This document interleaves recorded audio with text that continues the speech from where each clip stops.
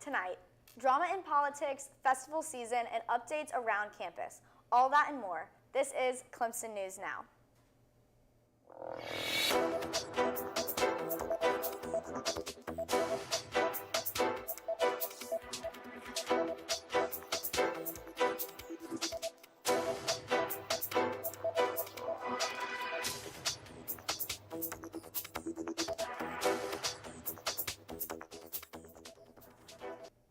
Thanks for tuning in. I'm Gatsby Good.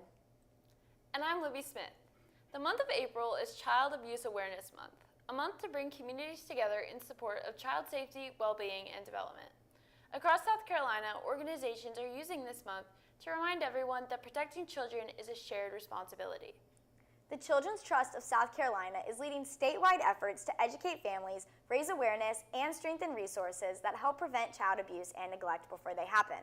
Through training programs, community outreach, and partnerships with local agencies, the Trust works to ensure every child has the opportunity to grow in a safe environment. This month, you'll notice blue pinwheels appearing in schools, yards, and parks all across the state. The pinwheel is a national symbol of hope, with people being encouraged to take part in local events, where to show support, and learn more about how they can make a difference in a child's life. April is Child Abuse Prevention Month. When families are strong, children are safe, and families are strongest when embraced by their communities. Businesses, child care providers, public safety agencies, medical professionals, schools, and our neighbors can use their strengths and resources to engage families in their communities. Be part of the community that supports making children and their families stronger and safer. We call this being a champion for children. Visit scchildren.org today to discover how child abuse prevention can build a better tomorrow. The Children's Trust of South Carolina reminds everyone that prevention happens in partnership. By volunteering, spreading the word, or simply checking in on a family in need, each action contributes to a safer future for children. To find more information, visit scchildren.org. Shifting gears to international affairs, a conflict is taking shape between the president and the Pope. President Donald Trump has gotten into a sort of feud with Pope Leo XIV. On Sunday, President Trump took to social media to say that Pope Leo is, quote, weak on crime and terrible for foreign policy. The following day, he said he would not apologize with no plans to call the Pope directly. The president's post came after he watched a 60 Minutes episode that highlighted the Pope's disapproval of the Iran war and Trump's mass deportations. This was prompted by Trump's tweet on X from last week regarding Iran. Pope Leo has said that he did not mean to attack anyone with his comments, but that the gospel's message is clear. In addition to Trump's direct conflict with the Pope, the president is currently facing backlash from both sides of the political spectrum, including, most surprisingly to him, right-wing Christians. President Trump uploaded an AI-generated image depicting himself as Jesus. When asked about the image, Trump claimed to have thought it was made by an artist and said that he was being depicted as a doctor. He stated, quote, "That's what most people thought," and only the fake news could come up with the idea that he was being depicted as Jesus.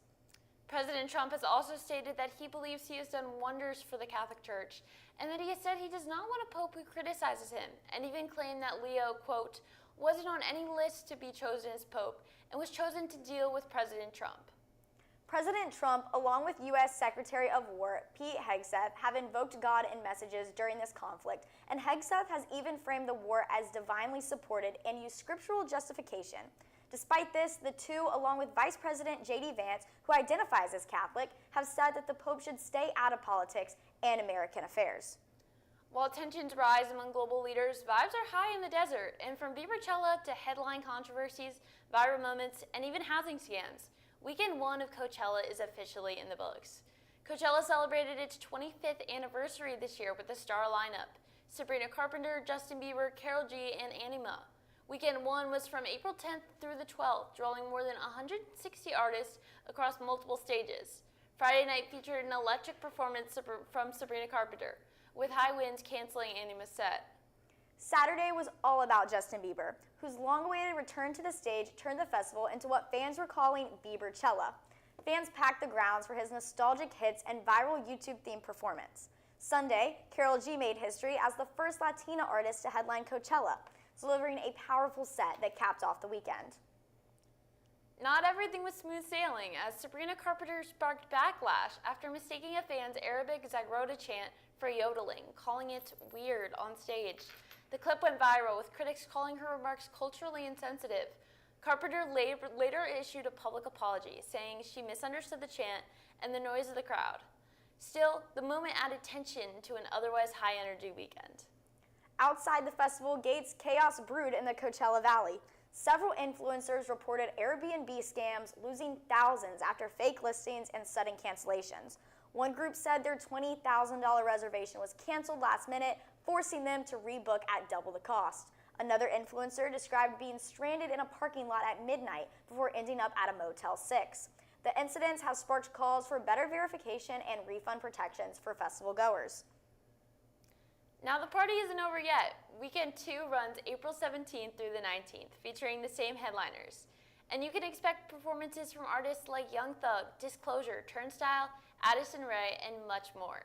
So whether you're tuning in from your couch for Coachella or braving the desert for round 2, Coachella 2026 is sure to be full of music and some mayhem as well. The energy doesn't stop there. Clemson athletics are wrapping up for the spring, and reporter Jordan York has the updates. Jordan, what do you have for us? Thanks, Gatsby. We don't have much time left in the semester, and athletics is bringing the heat to this home stretch. First, we'll take you to the golf course. The men's golf team competed on Monday and Tuesday at the Mountaineer Invitational in Bridgeport, West Virginia. After finishing top 5 in their previous tournament, what would happen when they competed against Texas Tech, West Virginia, and TCU, just a few names in the stacked 19-team field? Round 1 was rough for the Tigers. As a team, they shot +6 and were in 10th place. But round 2 was an emphatic response, with the Tigers improving by a ridiculous 20 shots, going 14 under and being 8 under as a team to take the tournament lead just 1 shot ahead of the hosts West Virginia. The final round saw the Tigers post the best score of the field at -12, and they took the victory by 4 shots over Texas Tech. Individually, Thomas Higgins finished second place at 10 under par, and tied for 5th at 5 under was Lucas Augustin. The performance serves as a big-time morale boost as they get set for the ACC Championship in Panama City Beach, Florida, next Thursday. Sticking to golf, former Tiger Jacob Bridgman completed his first Masters in style.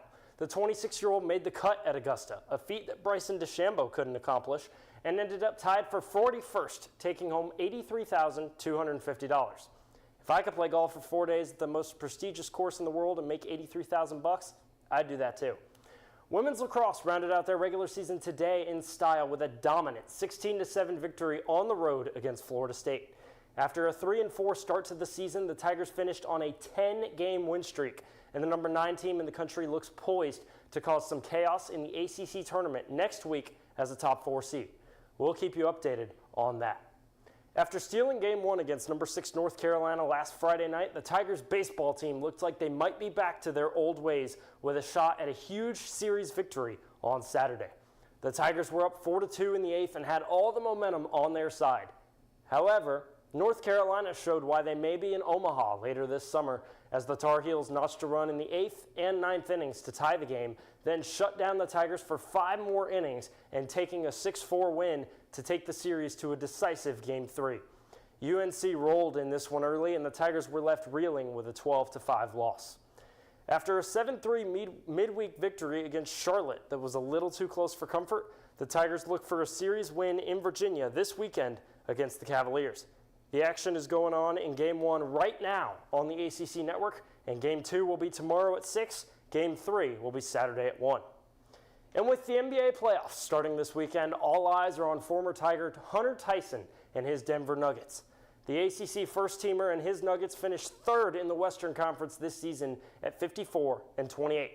The road to the finals will not be easy for Tyson and crew as they get Anthony Edwards and the Minnesota Timberwolves in round 1, and if the higher seeds win, they'll catch Wemby and the San Antonio Spurs in round 2 before seeing the defending NBA champion Oklahoma City Thunder in the conference finals. While it may not be an easy road for Tyson and his teammates, I know I'll be watching to see what impact the 2023 ACC first-teamer has on their postseason run. That's all I've got for now. Back to you, Libby. Thanks, Jordan. Looking closer to home, a popular landmark in Greenville, South Carolina, has announced its closure during the summer months. The Fred W. Symes Chapel, more commonly known as Pretty Place Chapel, announced that it will close to the public on Friday, May 22nd, and remain closed through Monday, August 24th. The chapel is part of YMCA's Camp Greenville and was built in 1941. The chapel sits on a cliff and serves as a popular lookout spot for sunrises with incredible views overlooking the Blue Ridge Mountains. Largely thanks to social media, Pretty Place has seen a recent rise in popularity and significant increases in visitors, especially during the summer months. It is estimated that the chapel now sees over 300,000 visitors annually. The goal of the closure is to preserve the quality and safety during times when campers and staff are present, as well as hosts of private events like weddings. Private events will continue to take place during the closure and can still be booked. If you're looking to visit before they close, be sure to check the visitation schedule on Camp Greenville's website, as it is always subject to change. Artificial intelligence has been a massively booming industry over the past few years, with hundreds of AI companies starting up, including one by two of our very own Clemson Tigers, Drive AI. Drive AI is a small AI company founded by Clemson sophomores Reed Turner and Danica Fellhart, who met in accounting class and has a company within just months. When asked about what the process was like, Fellhart said, "We came up with probably 200 different ideas. We just kept building on each other's thoughts." The two students came up with the idea after they saw how technology was used through their internships. Fellhart having interned at one startup that used AI heavily and one that did not, and Turner having been able to see how larger organizations were using AI through his internship with a Fortune 500 company. Drive AI's main mission is to simplify tedious operations like manually tracking invoices and documents, especially for small businesses and growing teams. After his internship, Turner stated, "There are so many smaller and mid-sized organizations that don't have the resources to afford these systems. We wanted to bridge that gap." Through meeting with Amanda Cooper Fine and a subsequent introduction to Clemson Mayor Robert Halifacker, Drive AI secured their first major client, the Clemson Area Chamber of Commerce. Drive AI worked with them to develop tools that were able to streamline communication with rowing clubs and universities to bring more teams into the area. President Brylan Lee said that Drive AI's contributions will have a significant economic impact. In February, Drive AI joined Launchpad, a tech startup incubator over 12 weeks. They have been and will continue to be working with mentors, with founders, and through workshops to learn, build, and keep pushing forward. Well, it surely feels like summer with how nice the weather's been. This week, and with summer right around the corner, students are soaking up the sunshine. Reporter Angelina Terry has more. Thanks, Gatsby. Hey Tigers, Friday is looking absolutely perfect. We're talking full sunshine with a high of 86 and a low around 60. Definitely a great day to get outside and soak up some sun. Don't forget those sunglasses. Saturday keeps the warm streak going with a high of 87 and a low of 61. You'll see some clouds rolling in later in the evening, but overall a really solid day. Then on Sunday, things cool down a little bit, but we're looking at a high of 70 and a low near 50 and about a 40% chance of rain, so you might run into a few showers here and there. Enjoy the sunshine while it lasts because we're ending the weekend on a cooler, cloudier note. That's all I have for you this week. Back to you. Thanks, Angelina. Our final story tonight, if you've been craving a fresh cup of coffee, there's a new spot in downtown Clemson that's already brewing excitement. Dutch Bros Coffee has officially opened its doors right here in Clemson. On April 14th, Dutch Bros welcomed a crowd of eager customers to its newest South Carolina location. At 118 Pinnacle Street, just off Highway 123, this marks the company's 14th store in the state, joining others in Malden and Boiling Springs, with another coming soon to Greenville. Originally founded in 1992 by brothers Dane and Travis Boersma in Oregon, Dutch Bros has grown from a single pushcart near a railroad to a nationwide favorite known for its creative, customizable drinks and friendly service. From espresso classics and protein-based blends to sparkling sodas, chai lattes, and fan favorite, Blue Rebel energy drink with over 60 flavors, the menu offers something for every taste. The Clemson shop features both an indoor seating and a drive-thru. Open 5 a.m. to 10 p.m. And here's a perk for new customers. If you download the Dutch Bros app, you'll get a free medium-sized drink for a limited time. So if you're headed to class, maybe take a quick stop at Clemson's newest coffee spot. Well, Tigers, that wraps up this week. Tune in next week for our final episode of the semester. Nationally to locally, I'm Gatsby Good. And I'm Libby Smith, Clemson News Now.